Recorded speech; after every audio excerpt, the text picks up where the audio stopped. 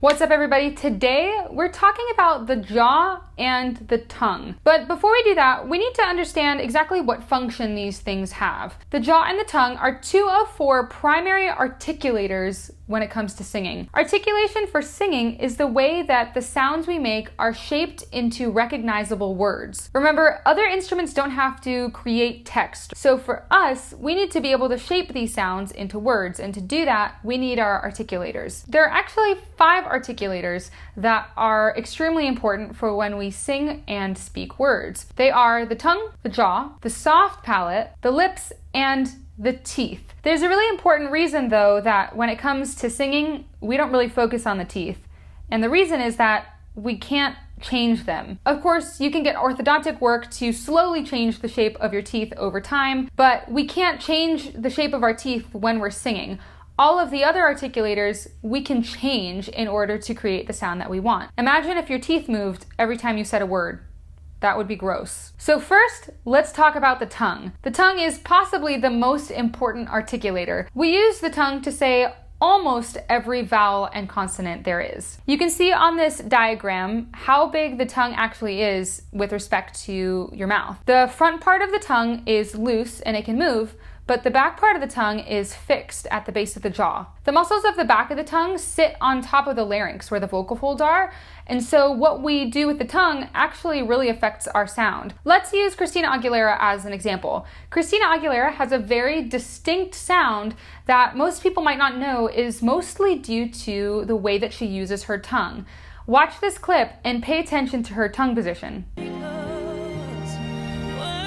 Do you see how pulled back it is? It's really, really far back in her mouth. So don't you bring me down. Who doesn't love Christina Aguilera? This is just to show you how much effect the tongue position can have on a person's sound. So here are some do's and don'ts you can think about with regard to the tongue. You do want to keep the tongue relaxed. Remember, we want to make singing as easy as possible.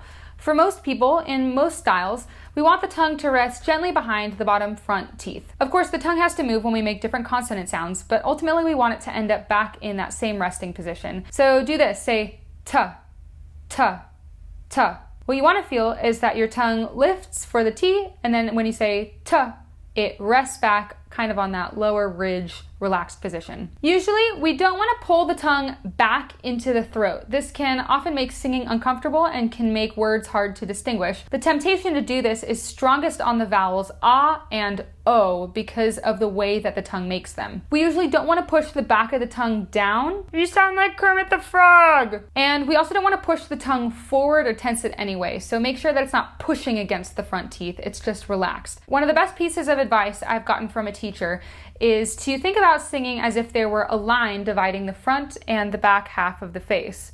We want to speak in the front, that is, say words in the front, and make space in the back. So sometimes we can confuse these ideas. We can try to speak in the back of the throat and make too much space in the front. Sounds a little funny, right? We want all the speaking and all the movement of the tongue to happen really, really small right in front of this line. And we want all the space for the richness of the sound to happen behind that line. If you remember back to our lesson on tone color, there was a word for this in Italian, chiaroscuro. We get all the benefits of the brightness and the focus from the front of the mouth, and we get all the benefits of the richness or the space from the back of the mouth. So here's an exercise that I really like for taming the tongue. You can take a straw or a pencil or something similar, and you're gonna actually put it underneath your tongue and sort of stick your tongue out over the pencil or straw, like this. It's gonna feel a little funny. Go with me on this. Then you're gonna sing on an E,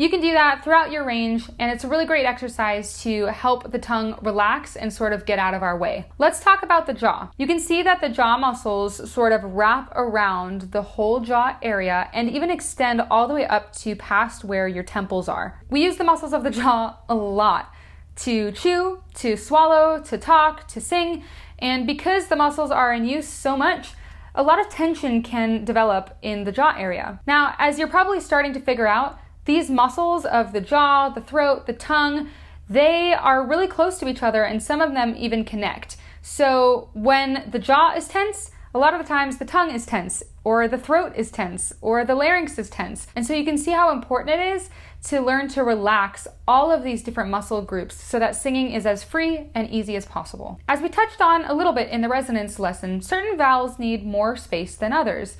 And so if I say E, A, O, U, you can see that the vowels at the beginning and end need less space than the vowels in the middle. So here's some things to think about with regard to the jaw. Do keep it super relaxed and easy to move. One of my favorite ways to figure out if you have a relaxed jaw is to try and talk while moving your jaw side to side. If it's really hard to talk or sing while doing this back and forth, it could be that you're grabbing on those jaw muscles just a little bit too much. Allow the jaw to drop down and maybe a little bit slightly back. As we learned in the other lesson, one of the best ways to do this is to go, huh? That huh sound is really awesome for allowing all those muscles to relax. Some things we don't want to do, we don't want to force the jaw open too far. Sometimes in an effort to make space, people will actually make too much space, and this can also be counterproductive.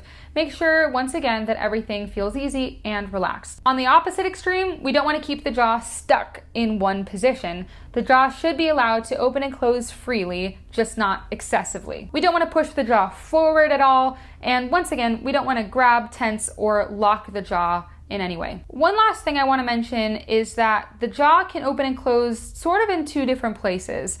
Remember the line that we just drew between the front and back halves of the jaw? Well, you can open the jaw at the front and you can open the jaw at the back. See if you can notice the difference. This is me dropping just the front of my jaw. This is the back.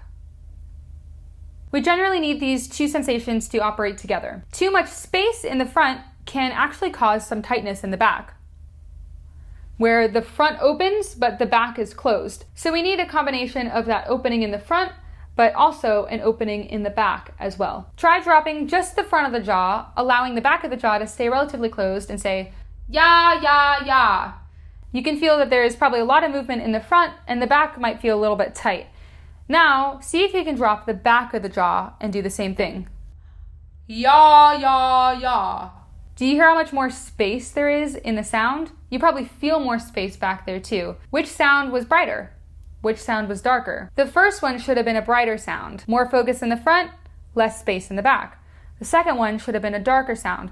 More space in the back, more richness in the sound. As we talked about, we want a balance between these two sounds, and sometimes different emphases can be best for different styles. Next lesson, we're going to be talking about the lips and the soft palate, which is a pretty small part of the mouth that tends to get a lot of attention in the singing world. See you then.